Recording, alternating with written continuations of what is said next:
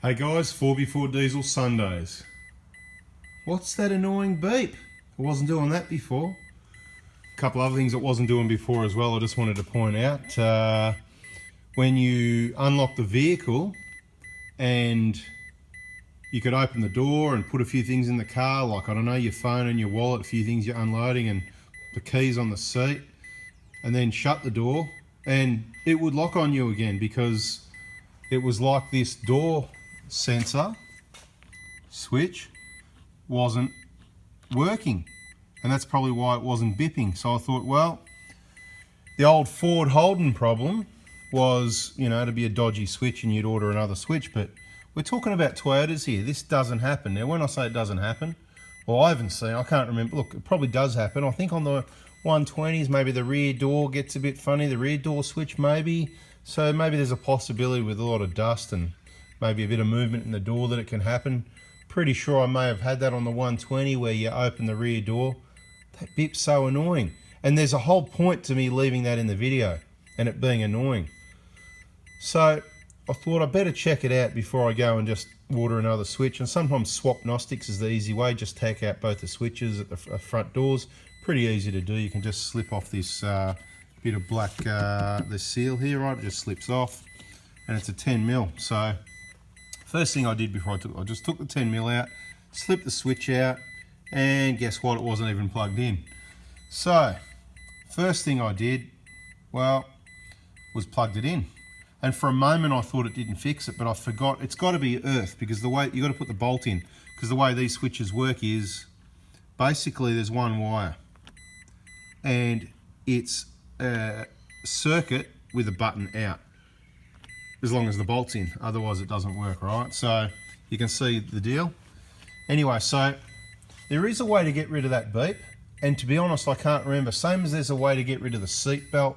Is it the seat belt beep as well and all that? It's, you got to turn keys on and off and hold trip meter buttons and things like that. I can't remember. It's been a while since I've owned a Hilux, and of course if I don't own it I don't make these adjustments, but we will endeavour to have more videos showing you how to do those things. But what I wanted to say was, if your door button isn't working, before you go ahead and replace it, make sure it's plugged in. So you can just undo the bolt. The other thing you can do, these trims, they come off pretty easy. You can literally just pull that off gently. See, there's your opening in there, and you can just have a look in there and you can actually see your plug right there. Happy days. And they go back on just the same way. This one's got a bit of wear and tear in it, bit of a work ute and people rubbing as they get in and out, but this seal will do the job for what we want to use it for. So that's first problem solved, and the other problem started. You can hear it, right? So we'll get rid of that later in the video or in another video. But there was another job. The other job was the old round tow bar plug, so I thought we'd quickly go through swapping that over. It's pretty straightforward, but a bit of important information. Each to their own if you use round plugs, flat plugs, whatever. I note that each state of even Australia is different. These round plugs, they're like they use them on trucks and stuff like that. They've been around, I suppose. We're using those in Victoria, you know, forever, until I think it was Ford that came out with these flat plugs first, and you know what? They go okay, the old flat plug. I prefer them. They've got tighter little pins on there, and they just seem more reliable, more compact. They're lighter, so it doesn't drop to the ground and smash or drag and get run over like the plugs. And I should say plug and socket, you know, there is a difference. This is the socket, and the plug's at the other end, just to be clear. This is obviously a genuine Toyota plug. You got the dust cover that goes in the back and the tow bar bracket. It's really easy to change them. To get the guts of these out, it's pretty well pull hard enough and it pops out. There's like a little clip there that retains it at the, I don't know, top or bottom. I can't remember. You just give them a bit of a wiggle and a gentle pull and you'll see it pops out. There's 3 screws that retain it to there. So we did that. I really just wanted to turn the light on. So what I've done, this is all I had. I didn't have any little like sort of 4 or 5mm screws, nuts and bolts type thing, machine screws, you know, nuts and bolts. So for now, these self-tappers, they fitted straight through the hole of the bracket and pretty tight into the plastic, so it's pretty secure until I can get some. But see what I mean? Those pins, they're just a lot more of a better, tighter fit. And the Toyota tow bar, you know, has the other bracket, whether it's a Prado or a Hilux, has that extra bracket for the round plug. If Somebody chose to put the round plug, but this is how the flat plug works. This is already on the tow bar as well, so you just get rid of that extra bracket. It's a lot more compact, a lot more reliable. Well, hopefully we're about to test it out. I was going to show you how to do the whole job, but it's pretty straightforward, so I thought it'd be better just to get it done and explain to you. Pretty simple. Once you undo those 3 screws and remove, sort of pull the guts out of it there, that piece in the center there comes out of the plug, then you can get to those little screws. Now they are sort of Phillips heads and flat blades. What I can tell you is they do need to be fairly tight so that the wires don't fall out, pull out, this sort of thing. And although they look like a Phillips head, right, hard for you to see, let me try and hold it still and get you a bit of focus.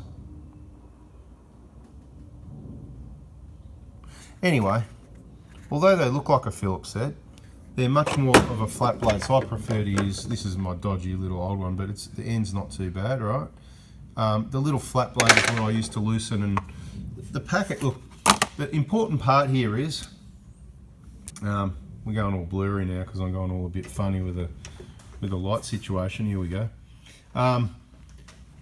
With these plugs, this is really faded. See, the yellow's nearly on. It's really old. It's been up on the wall for years, because when there's something good, I like to buy a spare one, sort of, you know, keep it in stock on the shelf in case we need it. I don't fit tow bars or plugs, whatever, just for our own vehicles as they come and go. And obviously I haven't needed to convert from a round plug over to a flat plug for a while. But these sorts of things you used to be able to buy at Repco, and you probably still can, but for a while there, they've got their own brand, Repco brand. They'll try and sell you that. It'll probably be a bit cheaper and whatever. But I'll tell you, it's just, they've had them copied. You know, they just get these copied, you know what I mean? I prefer the original Nava. I just think the quality is a bit better.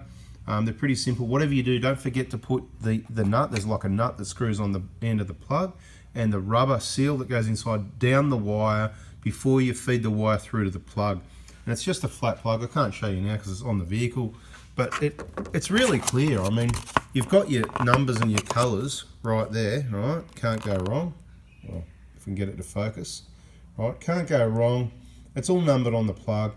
You gently make sure you've got a good end of the wire, or if you've still got those metal terminals on there, even better.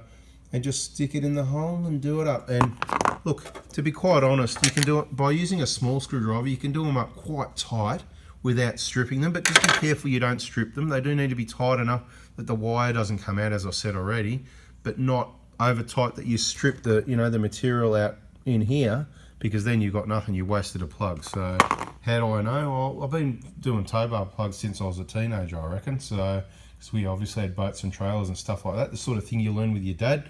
Hey Mitch, where are you, Mitch? Oh no, see, I blame the schools, because, you know, we kept the iPads off the kids until the schools forced it upon them, and now they seem to be glued on it too much, and they just want to be on it all the time, and, you know, they can't go and see their friends and stuff like that. And yeah, so look, I don't want to be too much of a hard case about it, but it's not good, mate, and he's not here learning. So if you got hopes of him learning all the tricks of the trade and doing all the good work and taking over, I just don't know if that's going to work out, to be quite honest, because of devices. I blame the schools, bada bing. They should find other ways, you know. They keep it there, not you have to have one. You supply it and you keep the bloody thing at school, you know. Anyway, that's another subject, isn't it? So follow the numbers. Just note, see, remember I said there's a difference between a plug and a socket, and the reason I'm going to tell you this, see, top plug, bottom socket. It's opposite, right? Because one's the plug and one's the socket. The plug, the top one, is the end that goes on the trailer. This is the receiver, or the female end, right? The plug is the male end that gives it, and the socket is the female end that receives it. The male goes into the female, okay? And it's a nice tight fit. They've got these on the plugs, they've got these little split things in the middle there that allow a bit of movement. They're just really, they're good quality, and it's always a perfect fit, and that's what you want if you can. There's no point having it loose. There's no point having it too tight, then it's hard to get in. You don't want it too loose. You don't get a good connection. You want it just right if you can. So we're just going to discard that, and that goes. I've got a milk crate full of old trailer plug wiring and plugs and that. So if anyone needs a plug, you know, and you're near me, you can have it. Just say, hey, I need a round socket or plug, or I've probably got a whole collection there. This is going to go in the bin. That's about it, guys. Just wanted to show you that. Hopefully you learnt something out of it. Bit of advice mainly. Stick with the Nava if you can. That's my opinion. I think, I'm not saying they're the best quality, but they're bloody decent quality. From the ones I've used, I did go ahead and use when they said, oh, we don't keep those on the shelf anymore. And I used a, you know, a Ratco brand, whatever, and look, let's just say I wasn't impressed. And that may have been the one that I did strip some of the threads easily. Perhaps that rings a bell, could have been. So get yourself your little flat blade, wherever that went, it's hiding under there, and you're in business to change your tow bar plug. Last thing you need to do to test it is get your test light, and there's a couple of different ways you can do it. You can just plug, if you know your trailer lights work, you can just plug in your trailer and do it that way, but it might be wise to get a test light first, and you can just stick the alligator clip in the earth, and obviously you can read from your plug packet which one's the earth, and just use the other end of the test light on each of the pins to make sure it works right. Or if you're pretty confident that you can't go wrong, which I'm telling you, you can't, if this doesn't work, we need to follow up the wiring loom, because I know that we're good at this end, and I'd assume, because there was a plug there, that it was probably working, but could be wrong, you never know. Anyway guys, thanks for watching. Subscribe, turn the bell on. That's a bit of a Fourby4diesel Sundays. We'll whack that one on the YouTube for you, and I hope you found it a bit of informative, a bit of entertaining, and a bit of bada bing, bada boom. I'm out of here. Thanks for watching guys, see ya.